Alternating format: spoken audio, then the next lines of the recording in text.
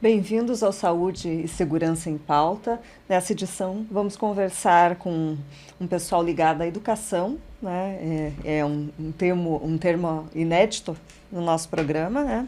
Eu sou Andréia Oliveira, jornalista, e do meu lado, Eduardo Goulart, CEO da Campimed, Clínica de Saúde Ocupacional. Quem são nossos convidados, Eduardo?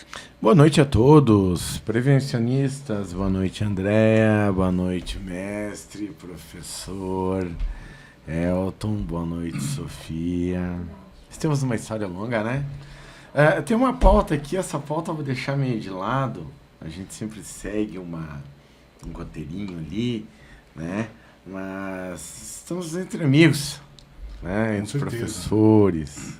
Tive o prazer, né, de dar aula no Beraldo, na época que era Senai ainda, era um bracinho do Senai lá, né, professor? Beraldinho,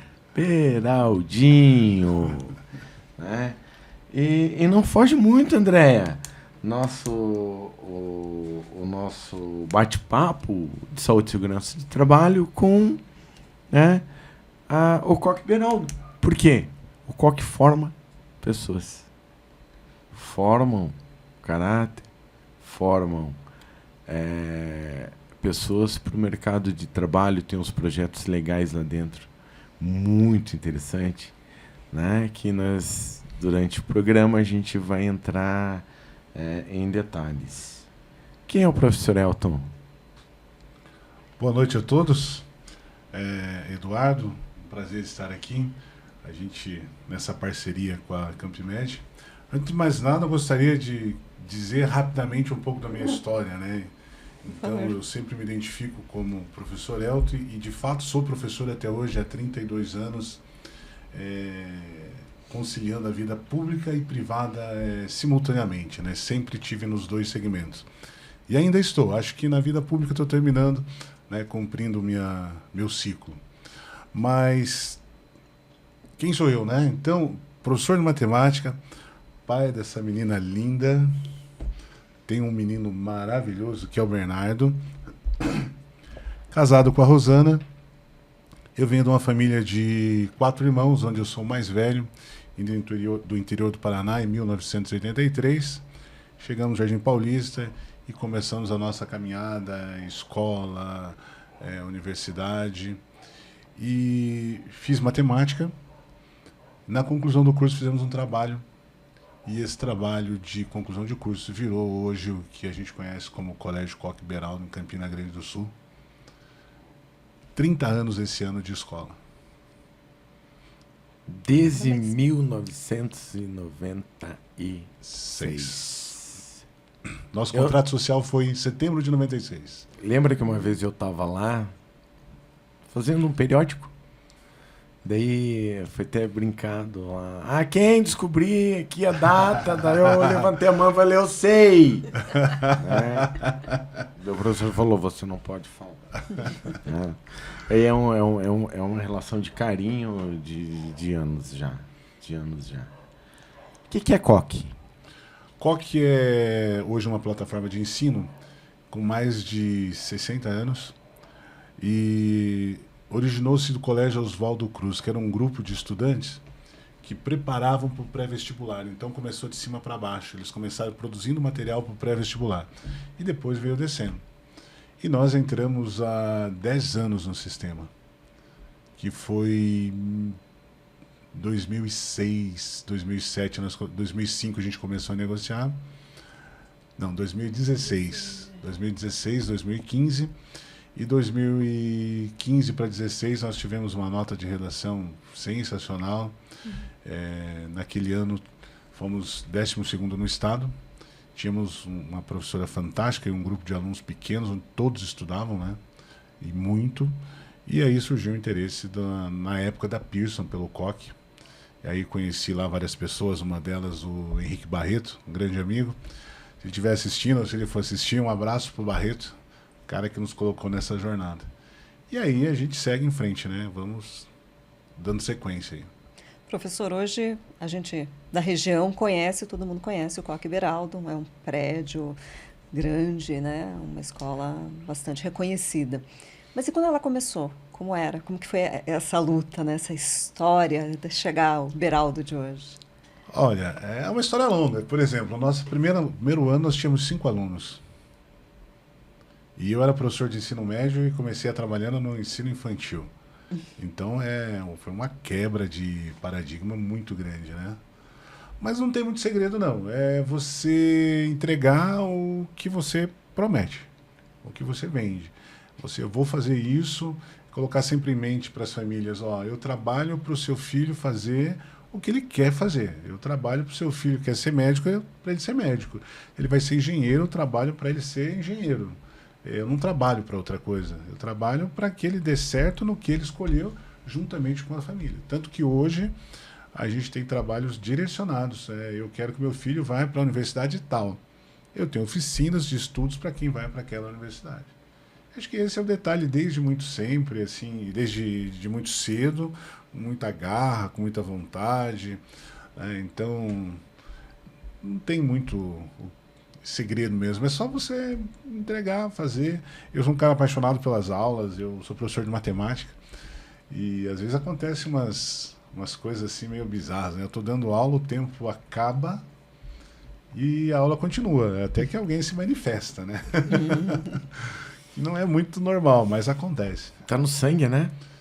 Tá na veia ali, a matemática tá no sangue. Sofia, você é herdeira desse legado, né? Eu queria que você se apresentasse, contasse um pouco também do teu trabalho. Sim. Então, eu costumo dizer que eu sou a sucessora do trabalho, né? Herdeiro é quem vem para gastar e se pôr no chão, né? Eu acho que o sucessor está aí para construir, elevar e levar a história adiante. Então, acho que essa é a minha caminhada dentro da escola. Eu estou agora mais na gestão, estive por bastante tempo mais presente na sala de aula dentro do programa bilíngue. E agora eu participo também, porque a gente tem que estar um pouco em todos os setores da escola, mas também na gestão e pensando em expansão. E essa é a minha caminhada dentro do COC. Bacana, bacana. Como é que é a visão de uma mulher? Dentro da educação. Dentro do Beraldo. Olha, acho que a grande maioria do nosso corpo hoje de funcionários e colaboradores é composto por mulheres, né? Até porque nós somos uma escola de ensino básico, educação básica, né?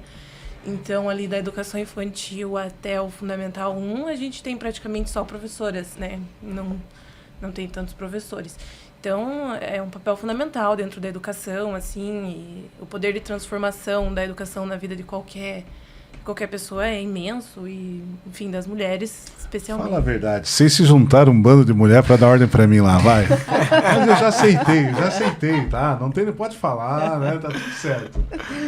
Tem bastante mulher porque tem a contadora, agora tem uma outra nova também, mulher junto com a contadora, aí tem a coordenadora, a Marlene. Tem a mãe, a Marlene que chegou. Mas tem lá a mulher para dar ordem para mim. Eu tenho dó de duas pessoas. Eu tenho dó de duas pessoas lá do Beraldo. Né? Professor Joás e professor Elton. Professor Joás, te amo, um abração para ele, para a esposa, para os filhos. Foram meus professores, né? Grande Joás, grande mestre. E a Ana Malha também. Um beijo no coração de vocês. Trabalhou no COC também. Amo vocês de coração. Vamos lá. E quando a gente vai para essa parte de gestão, né? Que dificuldade que vocês sentem? Qual é a dificuldade de empreender no setor da educação no país? Bom, o Ricardo Amorim tem uma frase que ser empreendedor no Brasil é você ter coração valente. Você tem que ter coração forte, né? Então, assim, eu acho que os desafios que a gente tem, hoje até quando a gente estava indo para cá, eu estava me preparando, eu acho que eu separei duas coisas. Primeiro, o maior desafio é você lidar com a escassez da mão de obra,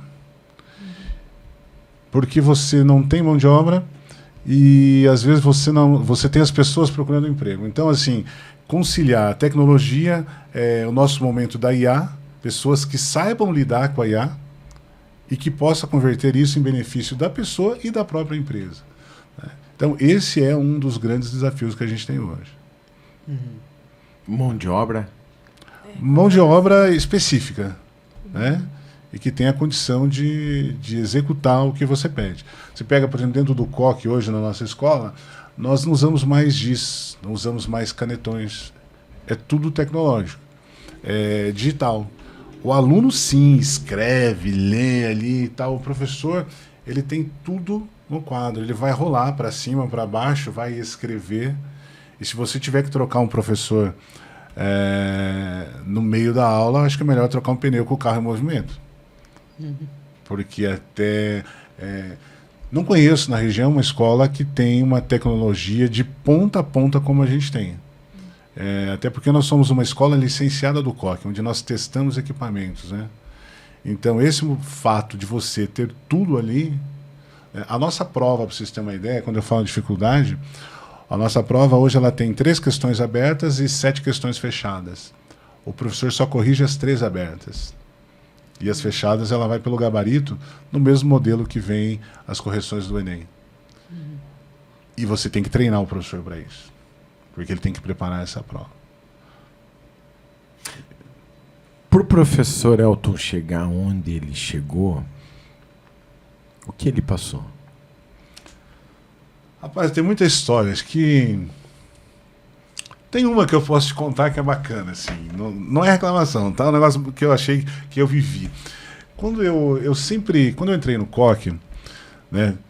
Eu sempre queria crescer, queria assim, fazer algo a mais, queria ser diferente. E aí, nessa de que eu encontrei o Barreto, eu encontrei também o Juliano, um cara que me ajudou bastante. Né? Se tiver a gente, um abraço. Se estiver vendo, um abraço para o Juliano. Mas aí eles falaram o seguinte: se você quer crescer, você tem que sair de Curitiba. Você tem que estudar. E estudar, aí falou a minha praia, né? Sempre estudei bastante. Aí eu, beleza, fui fazer um curso em São Paulo. Mas assim, o que me lembra desse curso? O legal é que eu aprendi muita coisa. Foi assim, uma coisa que alavancou a escola. Mas quando você fala em dificuldade, aquilo não me aborrecia. E hoje, para mim, é uma história legal.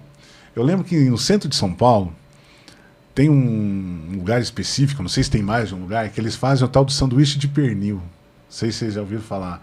Famoso lá em São Paulo, muito bom.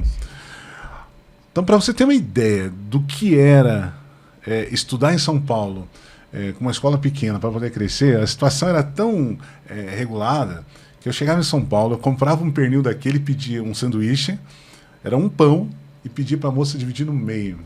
Primeiro porque era grande. Ficava no rolete. Porque lá, era almoço. Uma parte era almoço, a outra parte era janta. Então, assim, é escolha. Eu nem coloco como sacrifício, eu coloco como escolha. Eu escolhi isso para mim. Eu queria crescer, eu queria evoluir, eu queria ir para frente. Né? E aí tem muita história. Tem uma outra do Barreto que ele falou assim: cara, o que você vai fazer para sua escola ser diferente? Eu falei: cara, eu queria botar lousa digital, 10 salas. Ele falou: então você vai colocar. Eu entrei numa sala negociando, uma sala tipo essa, assim, umas 4h30 da tarde, saí de lá 10 horas da noite, eu entrei sem R$1 no bolso e saí de lá com 24 boletos e as 10 lousas compradas. Coragem. E pagamos tudo, graças a Deus. Um negócio assim. Sim, a gente, como empresário, né, a gente mata 10 leões por dia.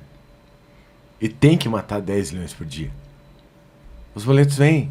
Vem, não tem como. Conta vem. Só que a gente tem que estar com a cabeça erguida, né, para trabalhar da forma honesta, da forma mais, digamos, cadenciada possível. E aí que entra uma coisa bem interessante, que é a nossa formação. Lembra que eu falei, professor Joás? Ele me deu aula na 5ª série. Nós estamos falando aqui de gerações diferentes, né? Dentro dessas gerações diferentes, me assusta, porque tenho uma filha de 8 anos. Né? E a modernidade mudou bastante. Quando eu fiz minha primeira faculdade, tinha uma biblioteca. Ana se encantou com a biblioteca quando ela foi lá conhecer a biblioteca do COC. Tem livros lá, muitos livros. Porque ela está hoje na vivência digital. Não tem mais aquele negócio de folhear o livro, folhear, ler, pegar a folha de papel ao maço, como nós já conversamos em podcasts, de fazer o trabalho e entregar. Hoje eles vivem um mundo digital. Isso aqui entrega a minha idade, né? Fazer anotações para você. Isso assusta, professor? Assusta e ao mesmo tempo não. Por quê? Eu procuro entender essa moçada aí. E eu falo para eles que eles vão se dar bem aqueles que souberem fazer a conexão do conhecimento deles com a nossa experiência. Porque são momentos diferentes, não adianta. Não vai voltar. E esse entendimento de conectar essa facilidade de tecnologia que eles têm, de IA, eu não manjo nada disso, ou muito pouco. Então, o jovem que souber fazer essa conexão vai ser o jovem diferenciado no mercado. E é o cara procurado. É o cara que está todo mundo de olho. Eu vejo que você fica pensando, fulano de tal, tá todo mundo, as empresas pegando dentro das escolas, as empresas pegando dentro das universidades. O cara que é bom, que se destaca, que faz essa conexão, que conecta bem o que ele aprende em casa, com o pai, com a mãe, com a tecnologia da escola, não tem o que segura. Não tem. É uma coisa assim que vai decolar com toda certeza. Eles vão estar um passo na frente do que nós estávamos lá atrás, na idade deles? Alguns bastante, outros bastante para trás. Tem umas reportagens, uns estudos, que é a primeira vez que você vai ter uma geração que é menos inteligente do que a geração dos pais. Né? Então é uma situação delicada. E isso sim preocupa, né? Isso você não tem como negar, isso é preocupante. Como que a escola entra numa situação dessa, em que nós temos jovens, crianças tão viciadas mesmo em tela, né? Porque já está se falando, né, um patamar desse, né, de vício. Psicólogos já atendem muitas crianças que têm, né, um problema com tela, né? A escola ajuda nesse processo, o Coque Beraldo ajuda nesse processo, orienta pais, como que isso? A gente, nesse quesito, o que a gente faz? A gente faz exatamente o que diz a legislação. Por exemplo, na nossa escola não pode celular. Mas eu estou no intervalo. Não, mas no intervalo não pode. Né? Então não tem essa ideia do celular dentro da escola. É um dos momentos. Só que aí a gente entra num detalhe que a gente precisa de um certo cuidado. Por quê? Eu sempre digo que nós temos um coque para cada sonho. E se a família, no caso, né, apoia e entrega, não tem o que você vai fazer na escola. Então a gente tem uma dificuldade nesse sentido muito maior com os pais do que com os alunos. Porque já aconteceu do aluno estar na aula e o pai ligar. Pô, mas eu vou ligar para ela está no meio da aula. Peraí, onde é que está a minha tarefa? Onde é que está a minha conscientização a respeito disso? E quando eu falo de família, é assim, eles não tiveram muita tecnologia enquanto pequeno e quando tiveram muito cuidado. Eu me lembro da história do Bernardo, que ele queria um celular porque ela ganhou o celular do padrinho. E o Bernardo queria o celular. E eu falei, cara, não vou comprar um celular para você. Aí foi, queria, falei, tá bom, vamos comprar um celular, porque ele tinha uma economia. Aí eu falei, escolhe o celular. Eu falei, agora dá a sua parte que eu vou pagar. Eu falei, não, eu não preciso do celular. Vê como é que é? Depois daquele dia eu falei, cara, eu não vou te dar um celular. Ele veio comprar um celular quando ele fez 15, 16 anos, com o dinheiro dele. Qual que é a idade correta hoje para uma criança, digamos assim, ter um celular? Porque hoje você sabe que o celular ele tem as suas facilidades, tem seus pontos positivos e tem seus pontos negativos. Tem uma idade para isso, professor? Minha opinião, eu acredito que não. Eu acredito que é necessário que você tenha pais comprometidos em acompanhar o que eles estão usando no celular. Porque assim, eu estava entrando aqui no Instagram essa semana, e se eu entrar no meu Instagram agora, é capaz que apareça alguma coisa aqui, não sei se vai aparecer, eu vou te mostrar, assim, no seguinte sentido, mas também é fácil de ver. Eu vi um algoritmo de exercícios de matemática. Eu entro no Instagram agora, só aparece exercício de geometria, que é a minha matéria, eu fico me divertindo fazendo aquele negócio.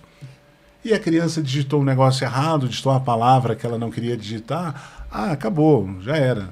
E o celular tem um problema, que a família, quando eu falo que depende da família, porque a vida no celular é assim, ó. Você pegou aqui rapidinho, peguei aqui, pá, já estou no Instagram, já olhei, já virou. E a vida real não. Outro dia eu atendi uma família, eu falei, cara, é tudo muito rápido, né? É aquela questão da ansiedade. Eu falei, guri, você gosta do quê? Que fruto você gosta?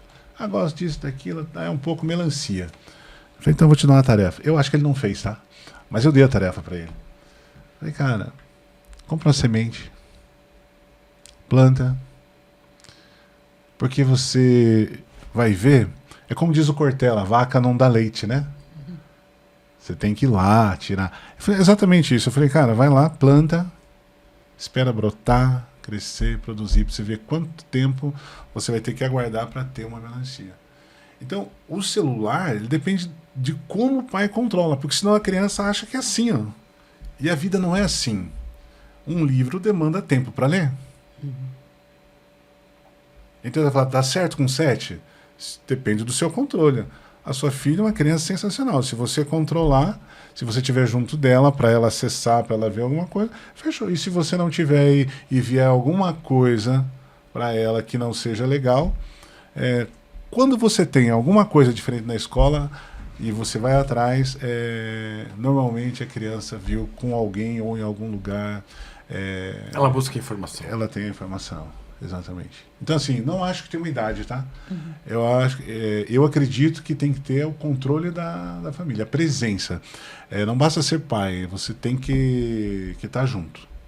Né? Ó, filho, vem cá, vamos pescar, vamos trabalhar, vamos cortar grama.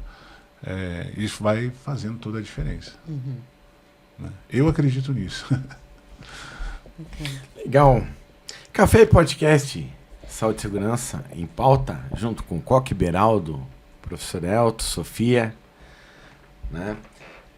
É legal ter essa parceria, é legal ter essa conversa, né? A gente sempre fala nos nossos podcasts, dos nossos apoiadores, né? Um deles é o Grupo Servopa. O Grupo Servopa, 70 anos no mercado, realizando sonhos. O Grupo Servopa, se você quer trocar sua frota, se você quiser fazer a sua carta de crédito, procure o Nélio. O Nélio está aqui embaixo do nosso rodapé, do televisor, do seu notebook, do seu celular. Ou acesse neliofrotista@gmail.com. Busque o Nélio lá. Grupo Servopa, BIED é tecnologia, BIED é Servopa, Honda e Volkswagen é Grupo Servopa. Campmed Saúde Ocupacional. Você que busca uma clínica que faça a saúde e a segurança integral, busque a Campmed Saúde Ocupacional no 3617-5002 ou no e-mail atendimento@campmedocupacional.com. Venha sanar suas dúvidas, venha conversar com a gente. Estamos à disposição para esclarecer dúvidas, né, sobre psicossocial, sobre normas regulamentadoras, sobre tudo relacionado à saúde e à segurança do teu bem maior, que é o funcionário, o trabalhador. E a Sofia? A Sofia segue os pensamentos do pai? Com certeza. Com certeza. A gente aprende muito e é o espelho, né? É assim que eu aprendo e é assim que a gente vai seguindo, construindo, aumentando. Com certeza. Crescendo. Crescendo sempre. Crescendo. Que legal ver duas gerações seguindo o mesmo caminho, o mesmo passo. Isso é muito legal. Você chegou, na hora de decidir por qual faculdade cursar, você chegou a pensar, você faz direito, né? Uhum. Chegou a pensar em fazer alguma específica em área de educação? Ou você sempre quis aliar o direito para trabalhar dentro da escola? Eu gosto mais do lado empresa, né? Então, eu não pensei em alinhar o direito com a educação, né? Uhum. Eu gosto desse lado do jurídico, acho que faltava dentro da escola, né? Algumas coisas para alinhar, então, mesmo questões trabalhistas, burocracias, então, um lado empresarial. essa é a parte que eu gosto e que eu faço bastante dentro da escola hoje, assim. Deixar as coisas em ordem e estar preparado para qualquer situação. A gente nunca teve um processo trabalhista dentro da escola, por exemplo, e isso é o trabalho da contadora, que sempre foi... 30 anos. 30 anos sem nenhum processo trabalhista. Então, a gente sempre teve uma contabilidade que tudo na ponta do lápis, tudo muito bem controlado. Então, hoje, a parte trabalhista, assim, de documentação, eu acabo aprendendo com a contadora, inclusive, e organizando, deixando tudo da melhor forma possível para que não aconteça, né? Mais 30 anos e sem processo. A gente tem na ponta do lápis e na minha cabeça, né? Porque a contadora se vê meio doida comigo. Mas o que ela me pergunta, falou, não, isso aqui vai ser assim. E ponto. Isso. Controle. E a gente paga, já chegamos a pagar 5 minutos que estava anotado na caneta lá de hora extra. Não tem conversa, tem que pagar. Controle. Não tem. Controle. Então, chegamos dessa maneira aí. Isso é importante, consciência. Né? Sim, consciência, responsabilidade e, acima de tudo, né? Consciência do empregador. 5 minutos faz... Trabalhou, né? Faz diferença. Sim. Tem que receber. Faz a diferença. Vamos falar um pouco sobre o jovem, o adulto. Então, entrando no mercado de trabalho hoje, como que era antes e após a pandemia? Teve alguma diferença na cabeça do jovem, professor? E Sofia?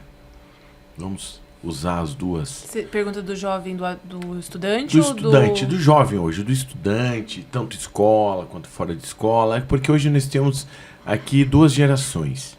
Nós tivemos uma mudança de cabeça, de mentalidade, de pensamento, de ação, de agir antes da pandemia e depois da pandemia, que foi visível. Atitudes, revoltas, coisas parecidas que chegou a impactar assim até mesmo o modo de lecionar por causa disso. Porque nós tivemos uma pandemia que foi assustadora, né? E mudou a cabeça de muita gente. Eu acho assim, a Sofia vai poder dizer mais pela idade, porque ela viveu isso, né? Mas eu penso assim, tem um estrago aí que vai muito tempo para você consertar e não sei se vai consertar. Porque é uma mudança, se você pensar assim, a gente entra num detalhe muito pessoal de cada um e de como cada um vê. Porque nós, como pai, não queremos que os nossos filhos sofram. Mas ele aprende com o sofrimento. E depois da pandemia, fala-se muito em mentalidade. Porque é inegável nas escolas o crescimento da ansiedade, de aluno que se corta, de aluno que fica depressivo, entendeu? E aí você tem que chamar o pai, você tem que chamar a mãe, você vai ver que a família precisa de uma assistência. O pai chega lá e fala assim, professor, eu não sei o que eu faço com esse menino. Bom, mas o pai... Então, assim, é uma questão muito delicada. Por quê? A pandemia colocou todo mundo fechado dentro de casa e, de repente, o cara põe a comida na mesa e pergunta, o que você quer comer? A vida não te pergunta. Lá fora não tem essa pergunta, o que você quer comer, quanto você quer ganhar. Eu te pago isso, você quer? É diferente. Então, a pandemia, nesse sentido... eu não consigo imaginar assim quanto tempo a gente vai demorar e não sei se vai voltar a ser o que era antes. Por quê? Meu pai brigava comigo. Você vai ver. Ficava pensando, vou trabalhar, vou comprar meu apartamento, vou vir aqui só no fim de semana. Você briga com o moleque hoje, eu tô deprê. Tá entendendo? Tá difícil. Eu não sei o que eu vou fazer. Então a gente vem numa situação assim, eu procuro passar isso para eles, as pessoas que a gente convive também já me perguntaram isso. Eu tenho medo de muita coisa, mas não quer dizer que eu tô correndo, tá? Tá difícil, não tem problema não, deixa pra mim. Você não tem medo? Claro que eu tenho. Mas deixa comigo, alguém vai ter que fazer. Então vamos fazer. E hoje eu estou um pouco mais contido, porque se for para correr risco, a correr risco, olha, é uma coisa que eu fiz muito na vida. Quando fui construir aquele prédio, você tem uma ideia, só um parênteses, foi assim. Primeiro eu penhorei a casa da minha mãe, que é minha, mas ela mora lá até hoje, já paguei de volta. Depois eu penhorei, depois eu dei o carro da minha esposa. Cheguei em casa, seu carro foi para pagar o barracão. Aí depois, cheguei em casa, vendi o meu carro. Ela olhou o seu carro, eu falei, foi meu carro. E por último, a coisa que eu penhorei foi a minha casa. Ela falou, não, eu falei, não, é verdade. Eu falei, não tem confusão. Se você está de acordo, assina. Se não está, não assina e vamos lá. Aí, sabe, dorme cada um olhando para um lado, passa uns dias, vai lá, assina e está tudo certo. Mas é aquela coisa do risco, da coragem, do enfrentamento. E para essa geração, eu acho que o que a pandemia trouxe para eles, e aí você vai dizer se é verdade ou não, né, é o desencorajamento. Não sei se existe a palavra, mas assim, a perda da confiança. Aquele negócio de mentalidade. Eu posso. Eu vou fazer. Eu vou encarar. Aquela mentalidade de quem vai para cima, de que vai vencer, de que vai dar certo, de quem acredita. Eu falo para meus alunos, vocês acham que eu pego um exercício e saio resolvendo? Outro dia eu cheguei numa sala, semana passada, terceiro ano do ensino médio, estava de boa, assim, adiantado, falei, vamos fazer uns exercícios hoje, vamos. Professor, faz esse, faz esse, faz esse, vai. Ela pela santa, professor, faz esse. Aí eu olhei assim, falei, cara. Aí foi. Falei, cara, eu vou ter que fazer depois. E aí, no finalzinho, professor, você não leu aquele negócio ali. Eu falei, puta merda, cara, não li aquilo ali. E tá lá a solução. E o jovem não, ele acha, ou ele joga na IA, ele acha que vai ser ali. E então, acho que esse é o grande desafio hoje para nós, pais e professores, porque tenho ela com 22, o Bernardo para 20, mas eu tenho os alunos, eles são ali naquele momento, o pai confiou de que eu vou fazer, que eu falei para ele que eu vou trabalhar para ele fazer isso. Então o meu desafio, o nosso desafio de pai, de professor, de escola, de sistema de ensino, é tirar do aluno essa ideia de que ele não consegue e colocar nele a ideia a coragem do enfrentamento. Porque senão o cara vai dizer, estou ansioso, eu não consigo mais. Dentro desse contexto, professor, de quem que é a obrigação de educar o filho? Da escola ou dos pais? A educação? Do pai, não tenho dúvida. A escola é a questão científica, né? Só que conhecimento. Tem muitos pais que ainda têm esse pensamento lá de trás, que a escola é obrigada a educar o filho. Gera um conflito, não gera? De pensamentos ali? Já teve esse problema? Tem, porque assim, eu já recebi vários alunos lá. Eu me lembro de uma situação no passado. Meu filho quer ser médico. Então eu vou trabalhar para ele ser médico. Mas aí você tem que entender o seguinte, não dá para você ser médico, estudante de vestibulando de medicina, aí você vai na balada, aí você se diverte, aí você pratica esporte, aí você joga, aí você viaja. Não dá. E aí volta na pergunta anterior, entendeu? A pandemia, eu acho que a pandemia tirou isso dessa gurizada, né? Então, assim, você quer ser médico? Beleza. Mas primeiro você tem que passar no vestibular. Papai vai botar 15 mil por mês. Não pode, tá bom, então vamos para uma federal. Federal você tem que acertar 80% para ter chance, 85% para passar. E aí você não escolhe mais a faculdade, é ela que te escolhe. Eu tenho um caso de um aluno que já formou, não passou aqui em Curitiba, e tem outro recente também que está estudando. Não passou em Curitiba e passou em 4 vestibulares públicos fora de Curitiba.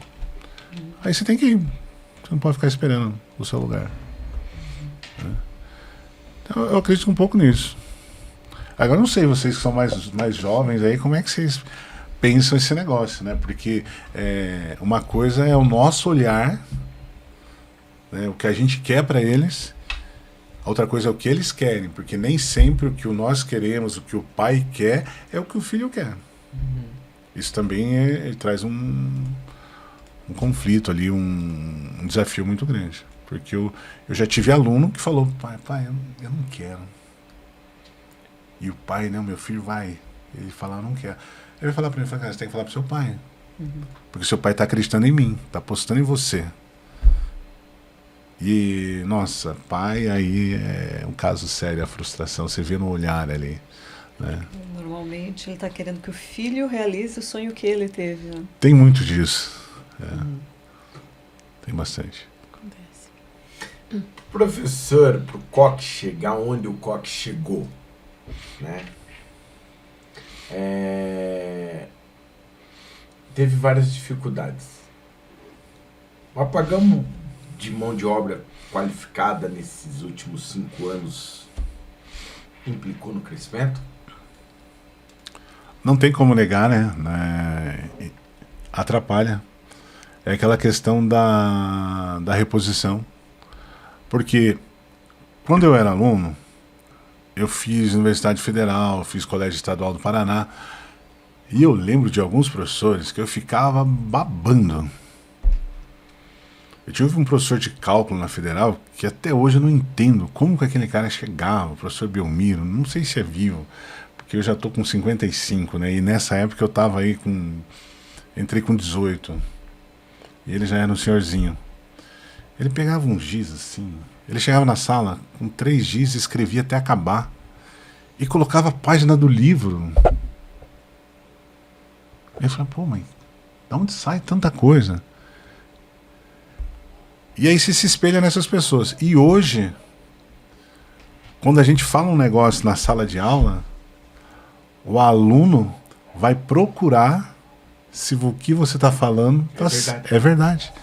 Se aquilo funciona ou não funciona. E aí, a hora que você vai procurar um talento, a hora que você vai contratar, hoje, você fica de olho. Eu tenho uma aluna que passou ano passado em pedagogia. Ela passou no primeiro ano, no vestibular da Federal, passou no segundo ano para o mesmo curso e passou no terceiro ano, os 3 cursos em pedagogia. E agora teve os 3 anos de pedagogia. Teve um sorteio de uma carteira, de 4 carteiras, né, de habilitação. 4. E ela foi uma das ganhadoras. Ela teve lá na escola. Eu falei, pô, mas vocês não me chamaram? Pô, mas você está dando aula. Por quê? Eu quero chamar assim, eu vou fazer um estágio. E aí entra a questão do apagão. Ou seja, você está pegando no ninho. Pega no berço. A nossa coordenadora hoje, 30 anos de Koch, ela deve ter 20 de escola com a gente. 20, porque ela entrou lá, ela cuidou do Bernardo. A gente tem foto dela alimentando o Bernardo. Que vocês conhecem, que é a Franciele. Certo. Então, assim, do estágio, hoje ela é um braço meu. Então, hoje não tem outra saída. Porque você chegar, trazer uma pessoa de fora, custa muito. Todas as questões trabalhistas, tal, que todo mundo sabe, assim, isso é muito caro. E sem contar que você não vai encontrar, né? Qual que é a maior dificuldade de um empresário hoje?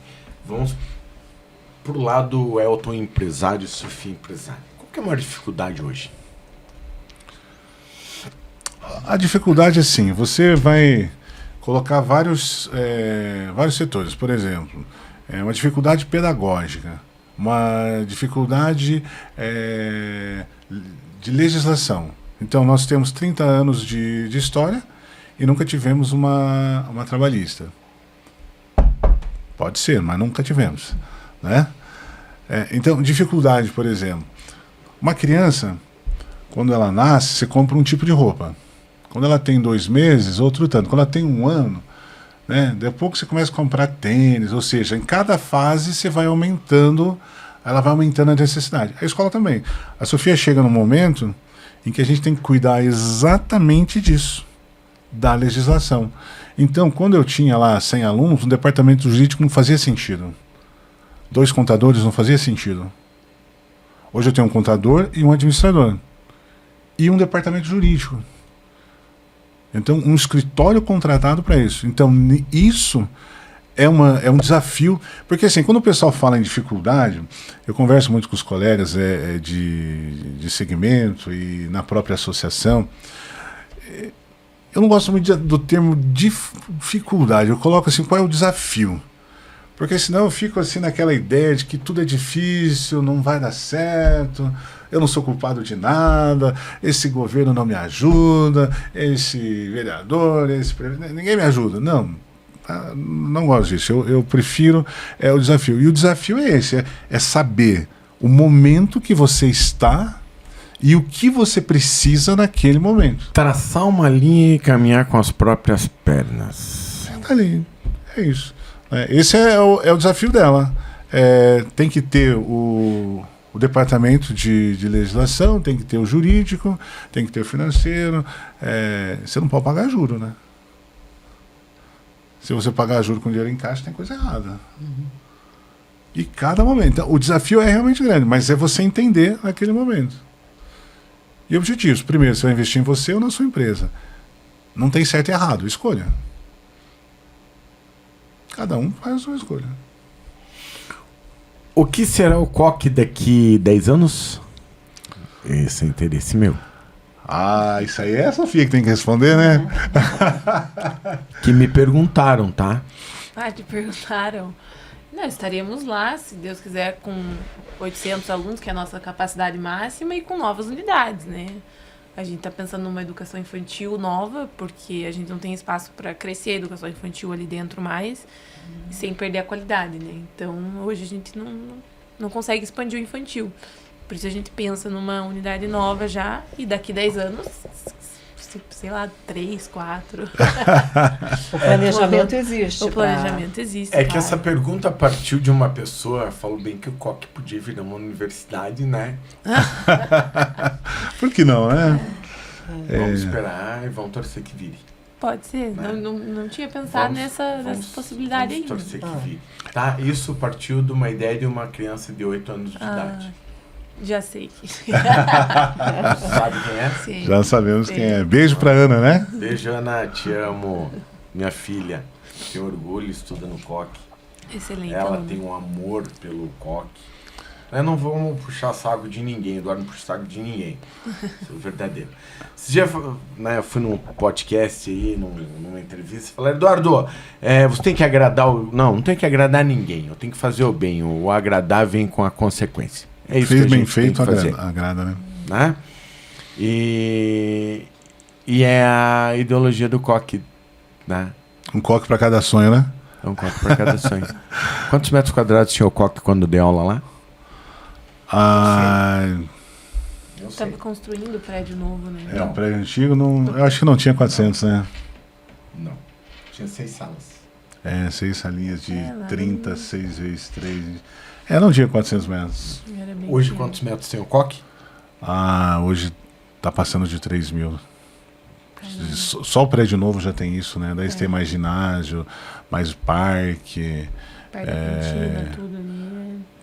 Ao crescimento. O jovem Elton, quando lá fazia matemática ainda, ele já imaginava esse futuro para ele já queria? Isso foi uma coisa que realmente foi acontecendo e você foi aproveitando as oportunidades? Sim, não, porque assim, não posso negar que aconteceu.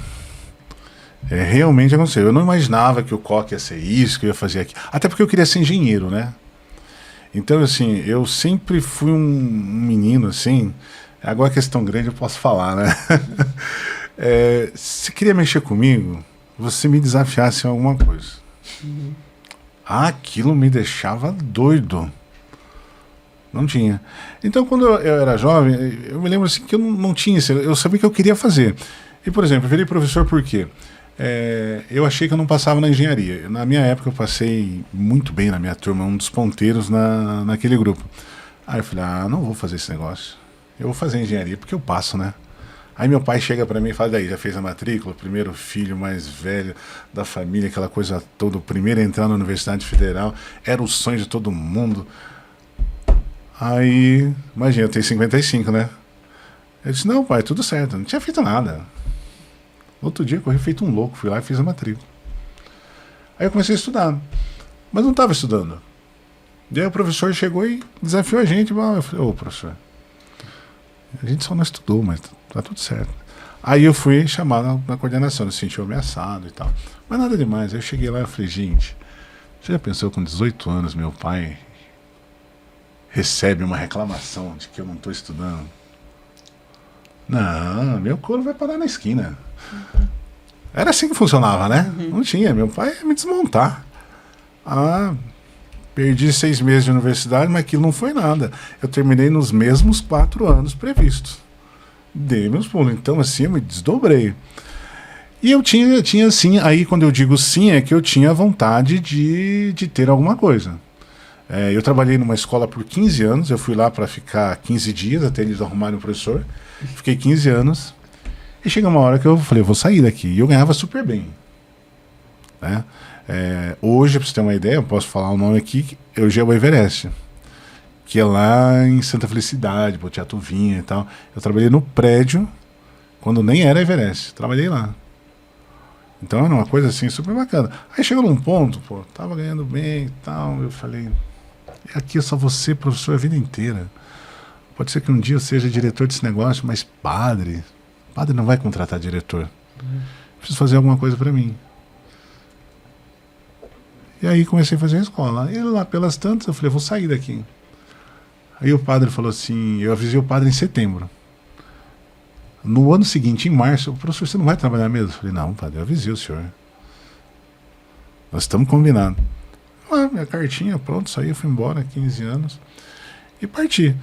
E aí essa ansiedade não vou dizer nem ansiedade, né? Essa vontade de ser uma coisa. Porque quando eu entrei no COC, quando eu falei do Henrique, do Juliano, nossa, eu importunava eles. Cara, como é que faz para crescer?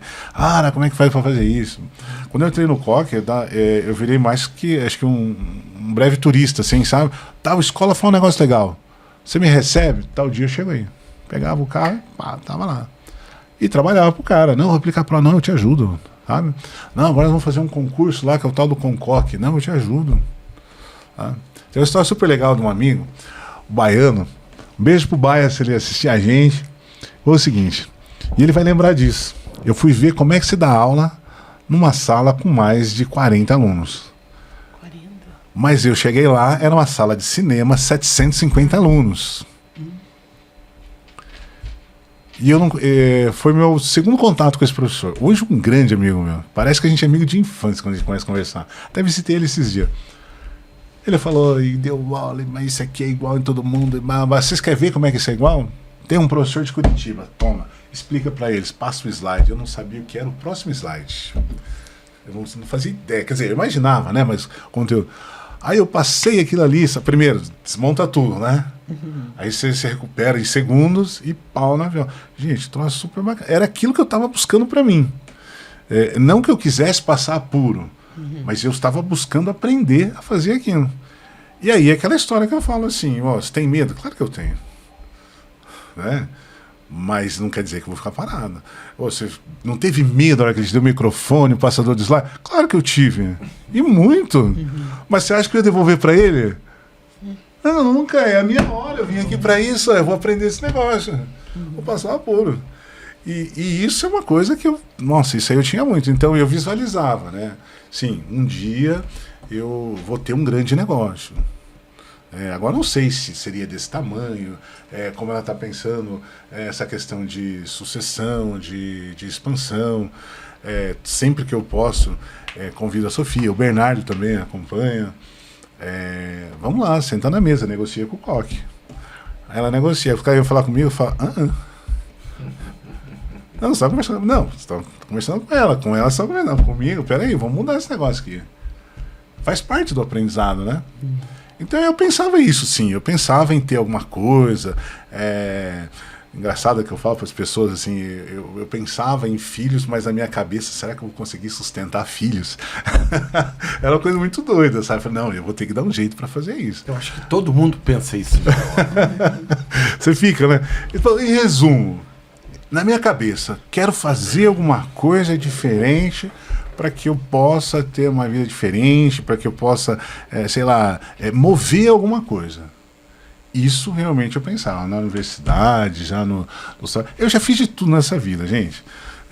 Falou em vender, já vendi sorvete, já fui engraxate, já trabalhei em marcenaria, Tem até uma história, nós fomos pra Bahia, tempo atrás, quase matéria de vergonha. Eu tô lá na Bahia e tal, aí vem uma senhora vendendo cocada. A minha cocada. Eu falei, a senhora nem parece baiana.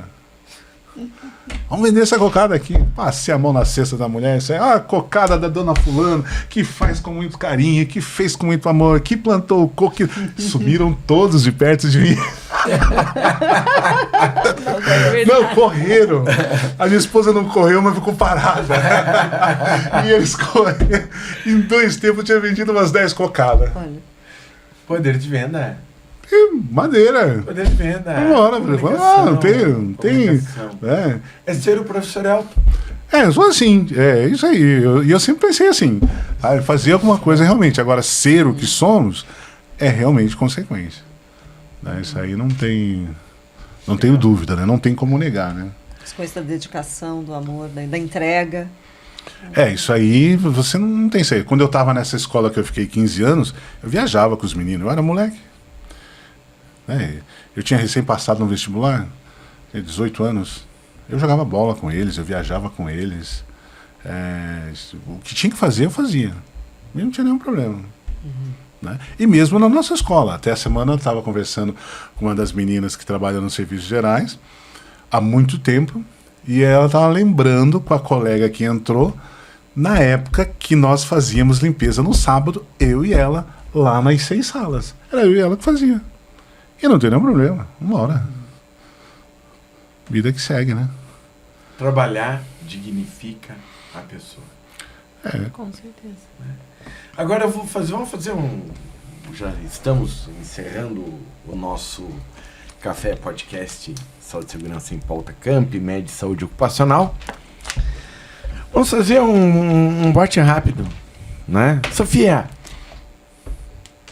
quem é o pai Elton? Nossa. É o melhor pai que eu poderia ter, né? Com certeza é um privilégio. E a filha Sofia, quem é pai Elton? A Sofia é uma menina fantástica. A Sofia o orgulho, com toda certeza, as coisas que ela faz. É uma pessoa sensacional. Não tenho dúvida disso. A Sofia tem uma longa história. A Sofia já viajou com 15 anos, já morou fora 2 vezes. Alemanha, Estados Unidos. É uma pessoa que retribui a confiança que eu coloquei. Aliás, os dois, né?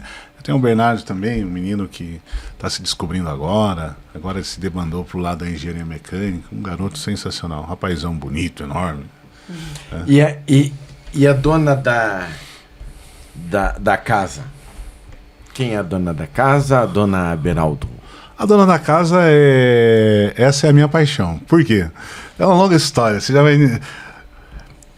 Um dia ela foi procurar serviço, foi pedir emprego na escola e eu estava fazendo buraco para construir o muro do Beraldinho. E eu falei, não vou dar emprego para essa menina. O resto é história. Estamos casados. Você viu que legal? Foi aí que nasceu. É história. É história. É história. A gente é feito de histórias boas, né? A gente tem que estar do lado de gente boa pra gente ter histórias boas. É isso aí. Né? E obrigado por estar sempre do nosso lado, tanto como amigo, como parceiro, como professores da minha filha, como amigos dela. Gostaria de mandar um beijo grande para a família Coque Beraldo, para todo mundo. Né? Quantos funcionários hoje, colaboradores, tem a família Coque? Uns 80, né? 80. É uma família grande. Se a gente for falar o nome de todo mundo, nós vamos ficar até seria injusto, não vou falar de ninguém. Meia-noite aqui falando.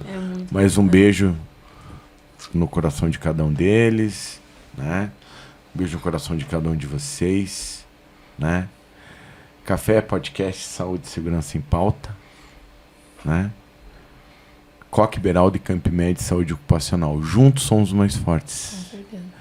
Andréa, suas... Nós agradecemos a todos que nos acompanharam nesse bate-papo. Se vocês tiverem sugestões de temas, de pessoas para serem entrevistadas, por favor, nos encaminhe através das nossas redes sociais, o nosso e-mail, que aparece sempre embaixo em algum lugar aqui na telinha. Né? E aguardamos vocês nas nossas próximas edições. E, por favor, divulguem, se assistirem, se gostarem, se esse bate-papo foi enriquecedor para você. Compartilhe com os seus amigos. Tá?